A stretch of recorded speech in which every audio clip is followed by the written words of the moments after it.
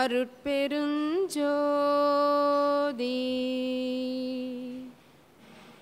தனிப்பெருங்கருணை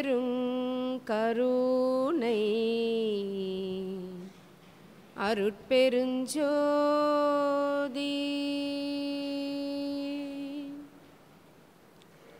கொல்லாவிரதம் குவலயமெல்லாம் ஓங்குக எல்லா உயிர்களும் இன்புற்று வாழ்க சுத்த சன்மார்க்க நெறி உலகெல்லாம் தழைத்தோங்குக பசியில்லா பார் விரைந்து மலர்க வள்ளல் மலரடி வாழ்க வாழ்க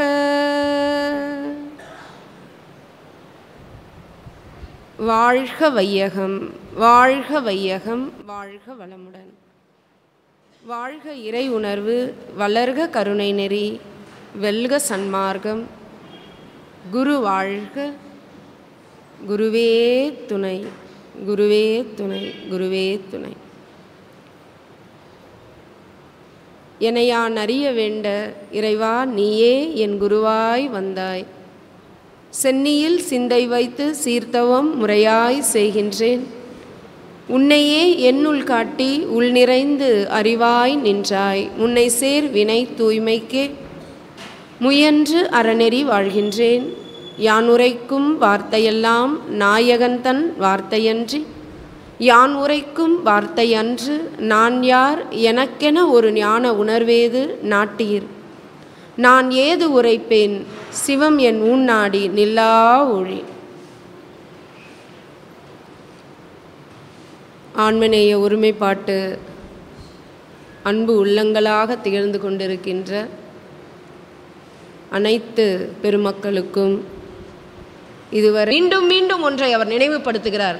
அதை முழுமையாக கேட்டுக்கிட்டே இருந்தோம். அதில் என்ன ஒரே கருத்து சொல்கிறாரு, ஐயா போய் அருளாளர்களை பார்க்கும் பொழுது என்ன கேட்கணுன்றாருன்னா, அவங்ககிட்ட போய் அவனே எல்லாம் வேணான்னு உதறிட்டு வந்து உக்காண்டவங்க தான் அருளாளர்கள். பொன் வேண்டாம், ஏன்னா அவர் என்ன சொன்னார், இத்தனை கோடி வந்தது நான் தூக்கி எல்லாத்தையும் இந்த சமுதாயத்துக்கு தான் கொடுத்தேன், அவர்களுக்கு தான் இந்த வாசி வாய்த்தவர்களுக்கு இது கிடைக்கும், யார் ஒருவர் ஆசை அற்றவர்களுக்கோ வாசி வாய்க்கும், வாசி வாய்த்தவர்களுக்கு ஆசை அற்று போகும், ஆசை அற்று போனவர்களுக்கு தான் வாசி வாய்க்கும், நல்ல கூடும். இன்னும் இப்போ எல்லாம் வேண்டான்னு தான் ஐயா வந்து உட்கார்ந்தார். அவர்கிட்ட போய் நம்ம என்ன கேட்குறோம், அருளாளர்கள்கிட்டையும் போய் என்ன கேட்குறோம், அப்பா கல்யாணம் சரி, தாய்கிட்ட தானே எல்லாம் கேட்க முடியும். ஆனால் நீ கேட்கின்ற உலகியல் சார்ந்த துன்பத்திலிருந்து நிவர்த்தி கூட எதற்காக கேட்கணும், அப்பா உன்னை போல நான் ஆகணும்னா இந்த குடும்ப கட்டுக்குள்ள என்னை போட்டு வச்சிருக்கேப்பா, நீ தானே இந்த கடமையை எனக்கு கொடுத்த,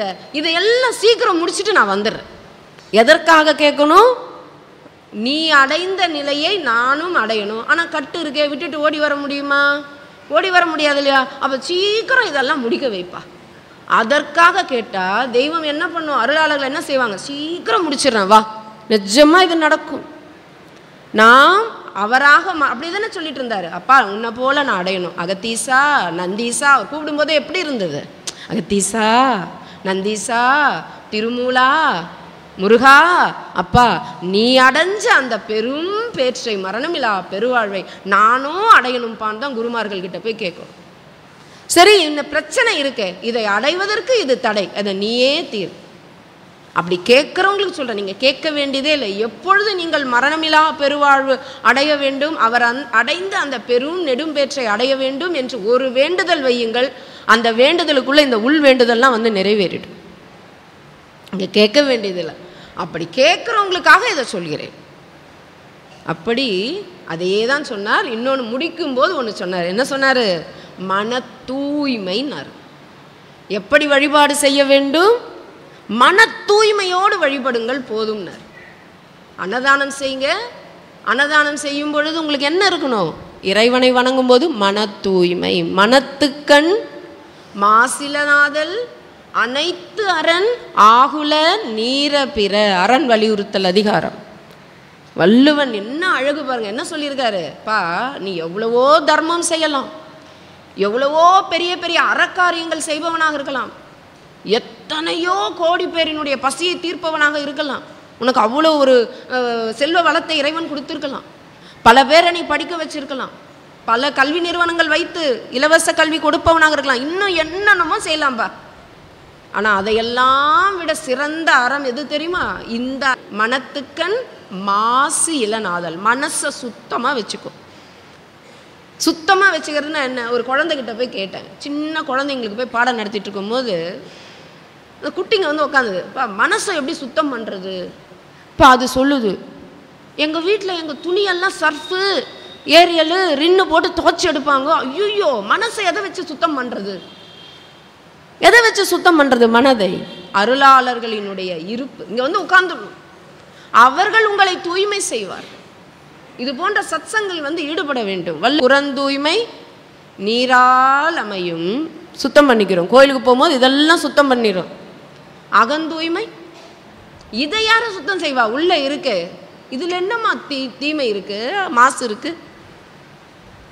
பேராசை, கோபம், கடும் பற்று, முறையற்ற பால் கவர்ச்சி, உயர்வு தாழ்வு மனப்பான்மை, வஞ்சம், பொய், களவு, சூது, கொலை, கற்பழிப்பு என்கிற பஞ்சமகா பாதகங்கள், தற்பெருமை, அவமதிப்பு, அதிகார போதை, அவசியமற்ற பயம். இது அதுதான் எடுக்க போகிறேன் இன்னைக்கு. அவசியமற்ற பயம்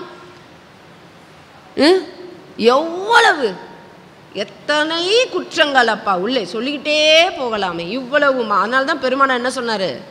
அவருடைய அவதார மகிமை அது எல்லா அருளாளர்களுக்கும் பொருந்தும். அகத்தே கருத்து புறத்தே வெளுத்திருந்த துறையூர் மக்களை மட்டுமா, மருதூரை மட்டுமா? ஐயா பிறந்தது, வள்ளல் பெருமானார் பிறந்தது மருதூர், அவருக்கு பிடித்தது சிதம்பரம், அவர் அதிக காலம் வாழ்ந்தது சென்னை, அவர் மரணமில்லா பெருவாழ்வு அடைந்தது வடலூர், வடலூரில் இருக்கிற மேட்டுக்குப்பம், கருங்குழி, இந்த மக்களை பார்த்து மட்டும் அழைத்தாரா? இஜகத்தோர் அனைவரையும், அகத்தே கருத்து புறத்தே வெளுத்திருந்த இஜகத்தோர் அனைவரையும் சன்மார்க்க சங்கத்தை அடைவித்திட்டு அவர்களும் இகத்தே பரத்தை பெற்று, உள்ளே இருக்கின்ற பரத்தை உணர்ந்து பெற்று மகிழ்ந்திடுதற்கென்றே. அதான் மகிழ்ச்சி. என்னை இந்த யுகத்தே வருவிக்க உற்றேன், அவன் அருளை பெற்றேனே என்றார். வந்தது மட்டும் இல்லை, அவன் அருளை முழுசாக நான் வாங்கிட்டேன்னார். ஐயாவும் அதுதான் சொன்னார்.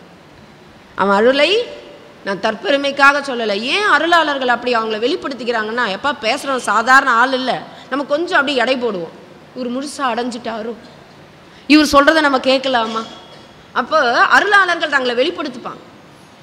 வேற யார் தெரியும்? அருளாளர்களுக்கு அருளாளர்களை மட்டும்தான் தெரியும். அப்போ தெரியாத சாமானியர்களுக்கு தானே வெளிப்படுத்துவாங்க. நான் அடைந்து விட்டேன், அடைந்த தைரியத்தில் சொல்கிறேன், நீங்கள் என்னை பின்பற்றுங்கள் தானே சொன்னார் ஐயா. பிடித்து கொள்ளுங்கள். ஒரு அருளாளரை பிடித்தால்தான் நீ அருளாளராக மாற முடியும். அப்படி அவன் முழுமையாக அவன் அருளை பெற்றுவிட்டேன் என்றார். அப்படி இத்தனை குற்றங்களும் பெற்றிருக்கின்ற நாம் இந்த உலகில் நிம்மதியாக இருக்க முடியாது.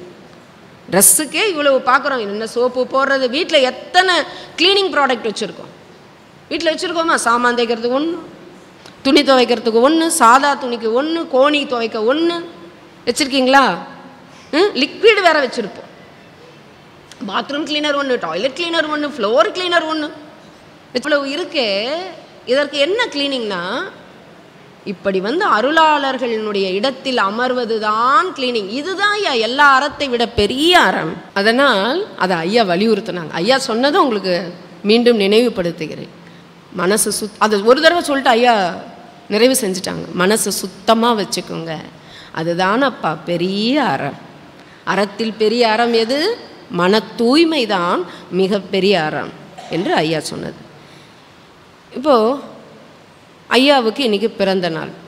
ஒரு குருவினுடைய இருப்பு அரிதினும் அரிது. அவை சொல்லிட்டா மானிடராக பிறத்தல் அரிது என்று. அதற்கு பிறகு அவை ஒரு நீண்ட ஒரு வரிசை கொடுத்துருப்பாங்க. மனுஷனாக பிறக்கிறது மட்டும் அரிதா, மானிட பிறப்பு அடைகிறது அரிதா, அதை விட அரிது எதுவாம்? யாராவது சொல்லுங்க, அவை கொடுத்த லிஸ்ட்டு. கூன், குருடு, செவிடு, பேடு, நீங்கள் எந்த விதமான ஊனமும் இல்லாமல் பிறக்கிறது ரொம்ப அரிது. இது கஷ்டம் இல்லையா? மானிட பிறப்பே ரொம்ப கஷ்டம். அதில் சில குறைகளோடு பிறந்து அவங்க போராடுற போராட்டம் இருக்குது பாருங்க, கஷ்டமாக இருக்கும் அதை பார்க்கும் பொழுது, இல்லையா? மானிட பிறப்பே நமக்கே கஷ்டமாக இருக்குல்ல. கண்ணு நல்லா இருக்குது, காது நல்லா இருக்குது, உடம்பு நல்லா இருக்குது, நல்ல வசதி வாய்ப்பு எல்லாம், புத்தி நல்லா இருந்தே வா அப்படின்றோம். ஒரு செகண்ட் லைட் ஆஃப் ஆகிட்டோம், இல்லை கண்ணை கட்டிக்கிட்டு நம்மளால் இருக்க முடியுமா? அப்போ அந்த கண் பார்வையற்றவர் கொஞ்ச நேரம் காதில் ஏதாவது மருந்து விட்டு காது கேட்கலனா எவ்வளோ அடைச்சி எவ்வளோ கஷ்டமாக இருக்குது, கூப்பிட்றது கேட்கல. இப்படி எத்தனையோ குறைபாடுகளோடு பிறப்பு இல்லாமல் அமைவது அரிது அவை சொல்றான். சரி, இது தேக அளவில். அதற்கு பிறகு அப்படி பிறந்தாலும் ஞானத்தோடும் கல்வியோடும் பிறப்பது ரொம்ப அரிது. இப்படி தேகம் ஊனம் இல்லாமல் பிறக்கிறார்கள். சரி, அந்த ஊனம் இல்லாத தேகத்தை கொண்டு நல்லா வாழறாங்களா? எத்தனை பேர் தின்னு திரிஞ்சு தூங்கி ஞானம் தேடலை, கல்வியை தேடலை. அப்படி படித்தாலும் பொருளாதார சார்ந்த கல்வி ரஜோ ஓடிக்கிட்டே இருக்காங்க. அப்படி அந்த ஞானமும் கல்வியும் என்கிற பாதைக்கு வருவது மிக அரிது. அரிதா? இப்படி வந்து உட்கார்றாங்களா? இப்போ துறையூர்லேயே எத்தனை லட்சம் மக்கள் இருக்கிறார்களா? எவ்வளவு பேர் வந்து உட்காந்துருக்காங்க. ஐயோ, இன்னைக்கு ஐயாவுக்கு அவதார திருநாளாமே, இது எவ்வளவு பெரிய அரிது. இந்த உலகில் வாழ்ந்து நம்மோடு ரத்தமும் சதையும் கொண்டு ஒரு மனிதர், ஒரு மகான் வாழ்ந்துட்டு போனாரு. எப்படியெல்லாம் வாழ்க்கையை நிறைவு செய்தார். அப்பா, அதல்லவா அவர் பிறந்த நாள், முதல்ல போய் உட்காரணும். பாருங்க அவருடைய பிறந்த நாள் எப்படி அமைஞ்சிருக்கு பாருங்க. போகி பண்டிகைனா என்ன? வீட்டில் இருக்கிற பழசையெல்லாம் கொண்டு போய் கொளுத்துவோம். அது என்ன அர்த்தம்? கிடைக்கலாம் பழசே இல்லைனாலும் நம்மளா ஒரு பழசு எடுத்து போய் கொளுத்துவோம். கொளுத்துவீங்களா? எதுவுமே பழசு இல்லைப்பா, சரி இதையாவது ஒரு சாஸ்திரத்துக்கு போட்டிருக்கீங்களா? போட்டு கொளுத்துவீங்களா?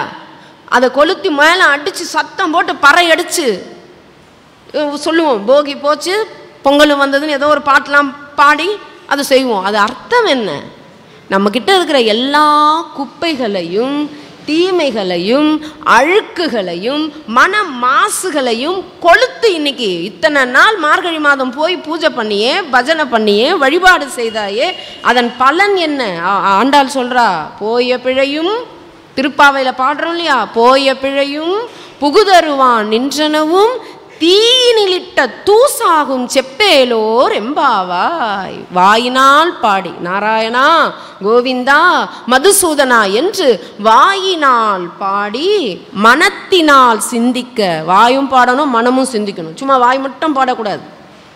ரொம்ப கிளவர் அருளாளர்கள் எல்லாம். ஆண்டாள் பாருங்க, வாயினால் பாடி மனத்தினால் சிந்திக்க.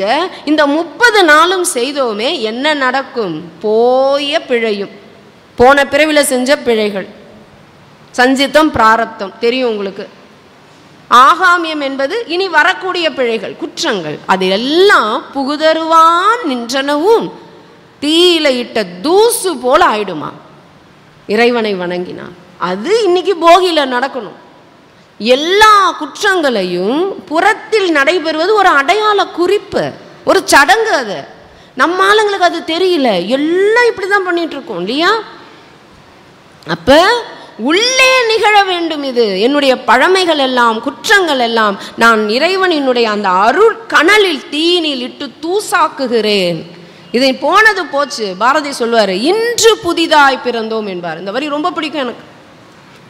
சென்றது இனி மீளாது மூடரே இன்று புதிதாய் பிறந்தோம். இன்னைக்கு தான் ஃப்ரெஷ்ஷாக பிறப்பு. நமக்கு எல்லாத்தையும் எரிச்சாச்சா?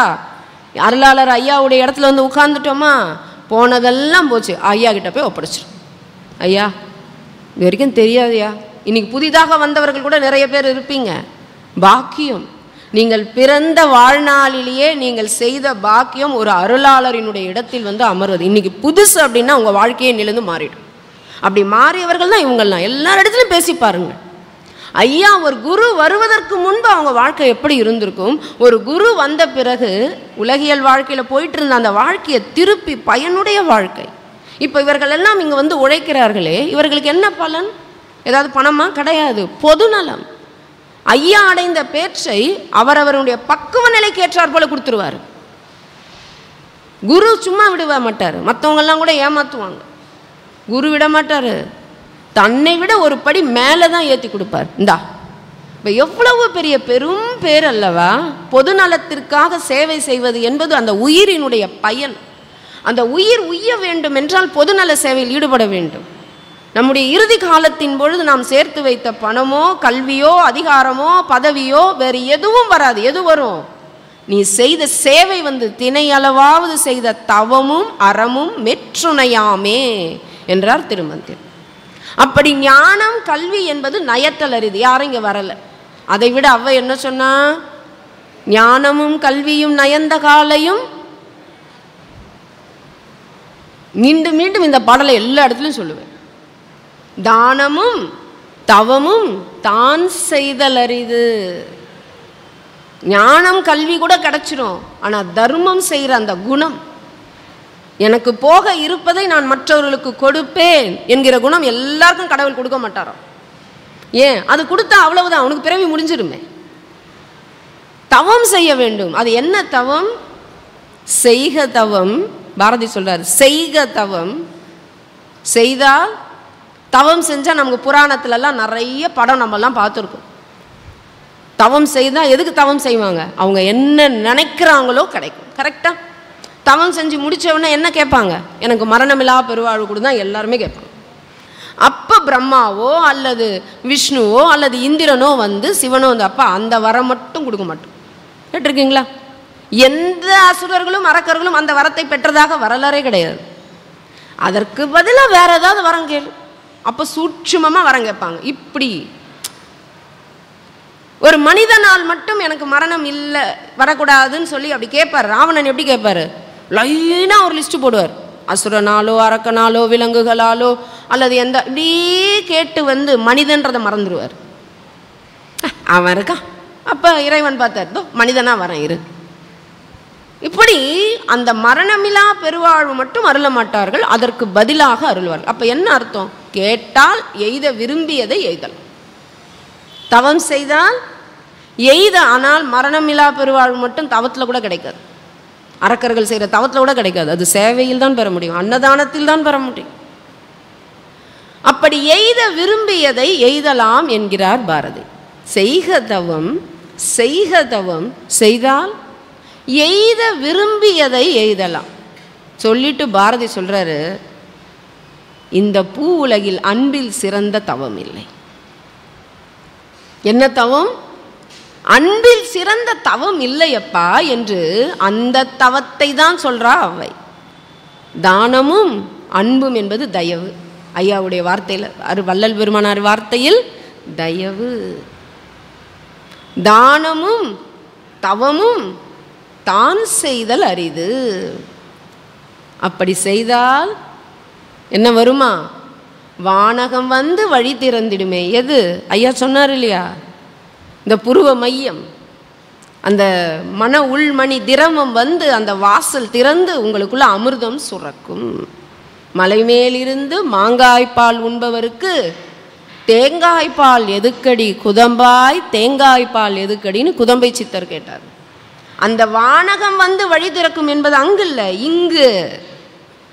இப்படி நீ செய், உனக்கு வானகம் அப்படி வழி திறந்து விடும், நீ எதுவும் முயற்சி பண்ண வேண்டியதில்லை என்று சொன்னாள் அவ்வை. ஆனால் இப்போ நம்ம குருவினுடைய சன்னிதானத்தில் இருக்கோம் இல்லையா, இங்கே எங்கம்மா குரு வந்தார்? வருகிறார். அந்த வாசலை திறக்க வேண்டும் என்றால் குரு இல்லாமல் தொட்டு காட்டாத வித்தை சுட்டு போட்டாலும் வராது. அப்படி இந்த ஞானமும் கல்வியும் உனக்கு நயந்து தானமும் தவமும் நீ செய்ய வேண்டும் என்றால் ஒரு குரு தொடர்பில்லாமல் கிடைக்காது. குருவருள் இன்றி திருவருள் இன்றே. உனக்கு இறைவன் நீ இந்த வழிபாடெல்லாம் போயிடலாம், பக்தி வழிபாடெல்லாம் போயிடலாம். ஆனால் அந்த வானகம் உனக்கு அந்த மேல் வீட்டு வாசல், உச்சி வாசல் உனக்கு திறக்க வேண்டும் என்றால் ஒரு குரு வரணும். ஒரு வகையில் குரு உனக்கு திறந்தால் ஒழிய உனக்கு அது வாய்க்காது. அப்ப அரிது மானிடராக பிறத்தல் அரிது, அதை விட அரிது நமக்கு என்ன கிடைப்பது அரிது? ஒரு குரு கிடைப்பது மிக அரிது. அதற்கு பிறகு வாழ்க்கையில் நமக்கு அச்சமே இல்லை. ஒரு குரு என்பவர் சாதாரணம் கிடையாது.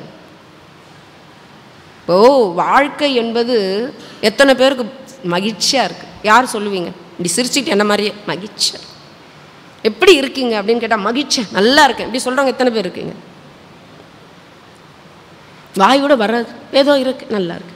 எப்படி பொங்கல் எப்படி செலிப்ரேஷன் நல்லா என்ன பொங்கலுக்கும் என்னவோ நல்ல புடவெல்லாம் எடுத்தீங்க போல இருக்கு, நல்லா என்ன புடவை போங்க, என்னத்த வாழ்க்கை என்ன எல்லாம் வருஷம் தான் வருது. ஜம்முன்னு யாராவது மகிழ்ச்சியா இந்த பொங்கல்னா என்ன? அந்த வார்த்தையே பாருங்க, அப்படி பொங்கி அப்படி பால் பொங்குது, அதை பார்த்தோன்னா நம்ம எவ்வளோ ஒரு அதை சத்தமிட்டு அந்த பொங்கலை வரவேற்கிறோம் இல்லையா?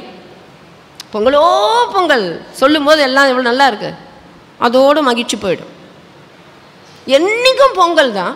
அருளாளர்களோடு இருந்து பாருங்கள், உங்கள் மனதில் என்றைக்குமே இன்ப வெள்ளம் பொங்கி பொங்கி பொங்கி பொங்கி மகிழ்ச்சியாக இருக்கிறது தானே பொங்கல். அதை தானே அடையாள குறிப்பாக தை பிறந்தால் வழி பிறக்கும். இது மாதிரி பொங்கி உங்கள் வீட்டில் என்றைக்கும் பாலும் நெய்யும் அப்படியே சந்தோஷமும் பொங்கட்டும்பா, அது ஒரு அடையாள குறிப்பாக வச்சாங்க. நம்ம என்ன பண்ணுவோம்? கிழக்கு பார்த்து பொங்குதா, ஐயோ கிழக்கு பார்த்து பொங்கலையே, அதில் ஒரு மகிழ்ச்சி குறைஞ்சி போகுது. பக்கத்தில் இருக்கிற பானை கொஞ்சம் சீக்கிரமாக பொங்கி நம்ம பானை பொங்கலைன்னா மகிழ்ச்சி போயிடுது. இதெல்லாம் என்ன? இதான் அச்சம். தேங்காய் கொஞ்சம் கோணலாக உடஞ்சா மகிழ்ச்சி போயிடுது. இதை பற்றியும் கவலை கூட கிடையாது. எல்லாம் சடங்குலாம் சும்மா. ஆண்டவரே இருக்கார் என் பக்கம். எங்கள் ஐயா சொல்லுவார், வள்ளல் பெருமானார், உள்ளும் புறமும் வள்ளல் இருக்க வாட்டம் என் மனமேன்னு கேட்பார். இறைவன் எங்கே இருக்கான்பா? உள்ளேயும் இருக்கான் வெளியும் இருக்கான், உனக்கு எதுக்குடா பயம்? அவ்வளோ அழகாக இருக்கு, ஆனால் பயப்படுறோம். அப்போ இந்த வாழ்க்கை என்பது ரொம்ப கரடு முரடானதான் குரு வர வரைக்கும் இல்லையா? எங்கே ஒரு காடுன்னு வச்சுக்க சொல்கிறாங்க, ஒரு காடு மாதிரி வச்சுக்கோங்க. எங்கே பள்ளம் வரும், எங்கே மேடு வரும் தெரியுமா? இருட்டான காடு, அது கூட சூரியன் உள்ளே போக முடியாத ஒரு காடு இல்லையா? அப்படி தானே இருக்குது. நம்ம எதையோ சஸ்பென்ஸ் படம் த்ரில்லர் படம்னு பார்த்தோம், அப்படியே சீட்டு நுனியில் உட்காந்து பார்ப்போம். மதியிலிகால் கொஞ்சம் மரியாதையாக கூப்பிட்றோம். நம்ம வாழ்க்கையை விட சஸ்பென்ஸ் த்ரில்லர் படம் ஏதாவது இருக்கா? சிந்தியுங்க. அடுத்த வினாடி என்ன நடக்கும்னு உத்தரவாதம் இல்லாத வாழ்க்கை. நமக்கு என்ன நடக்கும்னு தெரியாது. நெருநல் உளனொருவன் இன்று இல்லை என்னும் பெருமை உடைத்து இவ்வுலகு என்றான் வள்ளுவன். நேத்திருந்தான்பா, இன்னைக்கு இல்லைப்பா. அப்படி பெருமையை உடையதான் இந்த உலகம். வள்ளுவன் சொல்கிறார் பாருங்க, அப்படிப்பட்ட சாதாரணன்னு சொல்லலை, பெருமை உடையது இவ்வுலகு. அப்படிப்பட்ட உலகத்தில் நீ இருக்கிறாய். நேற்று இருந்தவங்க இல்லை, இப்போ இருந்தவங்க இல்லைப்பா. இப்போதான்ப்பா இப்படி சாப்பாடு போட்டுட்டு இருந்தார், அப்படியே விழுந்தாருப்பா, தொட்டு பார்த்தா உயிர் இல்லை சொல்கிறாங்களே. இவ்வளவு ஒரு சிறுமைத்தனமான ஒரு நிலையில்லாத வாழ்க்கை இல்லையா? அப்போ இந்த வாழ்க்கையில் ரொம்ப சஸ்பென்ஸ் த்ரில்லர் நிறைந்த இந்த வாழ்க்கையில் இருட்டு அந்த காட்டுக்குள்ளே நம்ம இருக்கோம். மேடு தெரியல, பள்ளம் தெரியல, முள் தெரியல, எங்கே சிங்கம் குரல் கர்ஜனை கேட்குதோ, ஐயோயோ எப்படி இருக்கும். நீங்கள் அப்படியே வாங்க. ஒரு புலியின் உருமல் கேட்கிறது, யானையின் பிளறல் கேட்கிறது, அங்கே யானை சாணம் போட்டு போன அடையாளம் தெரியுது. எவ்வளோ பயமாக இருக்கும். எங்கே பாம்பு வரும்னு தெரியலையே, ஏதோ சிங்கம் புலி யானைன்னு சொல்கிறாங்களேன்னு பயமாக இருக்குமா? எங்கே போய் விழுவோன்னு தெரியாதே, இவ்வளவு இருட்டாக இருக்கு. இந்த பாதையை நான் எப்படி கடப்பேன் என்று தெரியவில்லையே எனும் பொழுதுதான் இந்த வாழ்க்கை இப்படி இருக்குது, நமக்கு தெரியல. அப்போ ஒரு அழகான அன்பான அந்த கை உங்களை பிடிக்குது.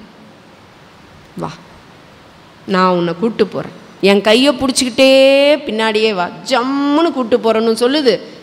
சில சமயம் உன்னால் முடியலன்னா என் தோளில் ஏறிக்கோ, நான் உன்னை கொண்டு போய் பத்திரமா சேர்த்துடுறேன்னு சொன்னால் எப்படி இருக்கும் அந்த நேரத்தில்? எப்படி இருக்கும்? நீங்கள் அந்த காட்டில் இருக்கிறவங்களா பாவிச்சாதான் இது தெரியும். அப்படி தாங்க குரு ஒரு வழிகாட்டு, குரு ஒரு கலங்கரை விளக்கம். திசை தெரியாமல் தத்தளிச்சிட்டு இருக்க கப்பலுக்கு குரு ஒரு கலங்கரை விளக்கம். இந்த பிறவி பெருங்கடலை நீந்த முடியாமல் தத்தளித்து கொண்டிருப்பவருக்கு குரு ஒரு தோணி, ஒரு படகு, ஒரு கப்பல். குரு ஒரு ஏணி, வா நான் ஏறின அதே வழியா நீயும் ஏறி வா. குரு ஒரு லிஃப்ட், இப்போ சொல்லணும், ஏன்னா விஞ்ஞானம் வளர்ந்துருச்சு இல்லை. குரு ஒரு எஸ்கலேட்டர். குரு ஒரு ஊன்றுகோல், குரு ஒரு விளக்கு. குரு வந்துட்டார்னா நமக்கு இருட்டெல்லாம் போயிடும். வா, வெளிச்சத்தை பிடிச்சிட்டு அப்படியே கூட்டு போவார். இருட்டில் நடக்கிறது எப்படி, வெளிச்சமாக வந்த பிறகு எப்படி இருக்கும் எல்லாம் தெரியும். என்னென்று சொல்வது குரு புகழை. அப்போ அந்த குரு கிடைப்பது இந்த மானிட பிறவிக்கு மிக அரிது. அதுக்கு பிறகு 3வது அரிது ஒன்று இருக்கு. இந்த 3 கிடைச்சிட்டா போதுமா? யார் சொல்றா தெரியுமா? அன்னை சாரதா தேவி சொல்றாங்க. ஒரு உயிருக்கு இந்த 3 பேர்கள் கிடைச்சிருச்சுன்னா போதும், அவரை விட பாக்கியசாலி இந்த உலகில் யாருமே இல்லையாம். என்ன பேரு? மானிட தேகம் கிடைச்சிருச்சா நமக்கு எல்லாருக்கும். 2வது சாரதா தேவி சொல்றாங்க, இந்த குரு தொடர்பு. ஒரு குருவினுடைய அறிமுகமும் அவர் தொடர்பும் இந்த மானிட பிறவிக்கு லேஸ்ல கிடைக்காது, அது கிடைப்பது அரிது. 3வது என்னவா இருக்கும்? யாராவது யோசிச்சு சொல்லுங்க. அந்த குருவை கெட்டியாக பிடித்து கொள்ளுதல் அதை விட அரிது. இந்த 3ம் கிடைச்சிருச்சுன்னா குரு பார்த்துப்பார். உன் வாழ்க்கையை இனி குரு பார்த்து கொள்வார், நீ பார்த்து கொள்ள வேண்டியதில்லை. உன் எல்லா இன்ப துன்பம், உன்னுடைய அந்த பிறவியினுடைய அந்த சங்கிலியை அறுப்பது, உன் வீட்டு பிரச்சனை, உன்னை தாங்கும் தெய்வம் உன் துன்பத்தையும் தாங்கும், உன் உடையவர்களையும் தாங்கும், உன் சொந்தக்காரங்களையும் தாங்கும், உன் பிள்ளைகளையும் தாங்கும். நிஜமா நடக்கும் குரு. ஆனால் நம்ம கொடுக்க மாட்டோம். அதுதான் மாயா. குரு வந்துட்டது சாதாரணம் கிடையாது. ஆனால் குரு விட மாட்டார். குரு என்ன பண்ணுவார் தெரியுங்களா? நம்மாழ்வார் சொல்றாரு, விட்டா அரைவாராம். வந்து அரைதல்னா என்ன? துன்பத்துக்கு மேலே துன்பம் கொடுப்பார். என்னை விட்டு போவியா நீ, என்னை விட்டு போயிடுவியா நீ, வாடா அப்படின்னு சொல்லி நிறைய துன்பங்களை கொடுத்தும் ஆட்கொள்வார், இன்பங்களை காட்டியும் ஆட்கொள்வார். அந்தந்த ஆன்மாவினுடைய பக்குவ நிலைக்கு ஏற்றார் போல. ஆனால் குரு என்ன பண்ண மாட்டார்? நீ விட்டாலும் நான் விட மாட்டேன். வள்ளல் பெருமானார் சொல்லுவார் அகவலில், பிரிவேது இனி உனை பிடித்தனம் உனக்கு நம் அறிவே வடிவெனும் அருட்பெருஞ்சோதி. இன்னி ராமலிங்கம், உன்னை நான் பிரியறதா இல்லை, நீ என்னை நீக்கேன் மறக்கினும் நின்னையாம் விட்டு போகேம் என என்னை பொருந்திய பொன்னே. இறைவன் சொல்லிட்டாராம், நீ கேளு, இவ்வளவு நாள் நீ என்னை பார்த்து எனக்கு வேணும் வேணும் வேணும்னு என்னை கூட்ட, இனி நான் சொல்கிறேன், நீ எனக்கு வேணும் வேணும் வேணும், நான் உன் முன்னாடி வருவேன். ஏன்? அந்த அளவிற்கு அவருடைய தயவும் தானமும் தர்மமும் ஆண்டவரால் கவரப்பட்டுட்டார். ராமலிங்கம், இத்தனை நாள் நீ வேணும் என்ன வேணும் என்ன வேணும் நீ கேட்டல, இனி எனக்கு நீ தான்பா வேணும், நீ என்னை விட்டு போனாலும் நான் உன்னை விட மாட்டேன். அப்படி சொல்கின்ற அளவுக்கு நம்ம இருக்கணும். இறைவன் நம்மளை விட மாட்டார். ஸோ அப்படிப்பட்ட அற்புத ஒரு சன்னிதானத்தில், குரு சன்னிதானத்தில் அமர்வு என்பதற்கு பொருள் தெரியாதவர்களுக்கு சொல்கிறேன், பல பேருக்கு தெரிந்திருக்க வேண்டும், தெரிந்திருக்கும் என்று நம்புகிறேன்.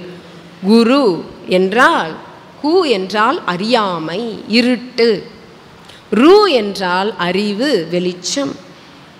குரு என்பவர் அறியாமை என்னும் இருட்டை போக்கி அறிவு என்னும் வெளிச்சத்தை ஏற்றுபவர் தான் குரு. அவர் ஒரு சுடர் விளக்கு. அதனால தான் அம்மா இன்னைக்கு சொன்ன, அச்சம் இல்லை அச்சம் இல்லை, அருட்சுடர் தான். அது அருள், அருளாகிய விளக்கு, அதனுடைய சுடர்கள் நாம். பயப்படலாமா? இப்போ குரு என்பவர் யார்? இதுவரை நமக்கு பல அறியாமை இருந்து வந்தது, பல இருள் இருந்தது, மருள் இருந்தது. நமக்கு வாழ்க்கை புரியல, வாழ்வின் நோக்கம் புரியல, எதுக்கு வந்தோன்னு தெரியல, இந்த உயிர் என்னன்னு தெரியல, இடகலை பிங்கலை தெரியல, வாசி தெரியல, பக்தி எதுன்னு புரியல, ஏன் இந்த பிறப்பு புரியல, எதுக்கு எனக்கு இத்தனை துன்பம் புரியல, நான் எத்தனையோ பிறவி எடுத்தேன்னு சொல்றாங்களே தெரியல, என்னென்னமோ கர்மான்றாங்களே தெரியல. குரு வருவார், ஒரு வினாடியில் மின்னலை போல அப்படி நமக்கு ஒரு வெளிச்சத்தை கொடுத்து அவரை போலவே நம்மை மாற்றுவார். அதுதான் குரு.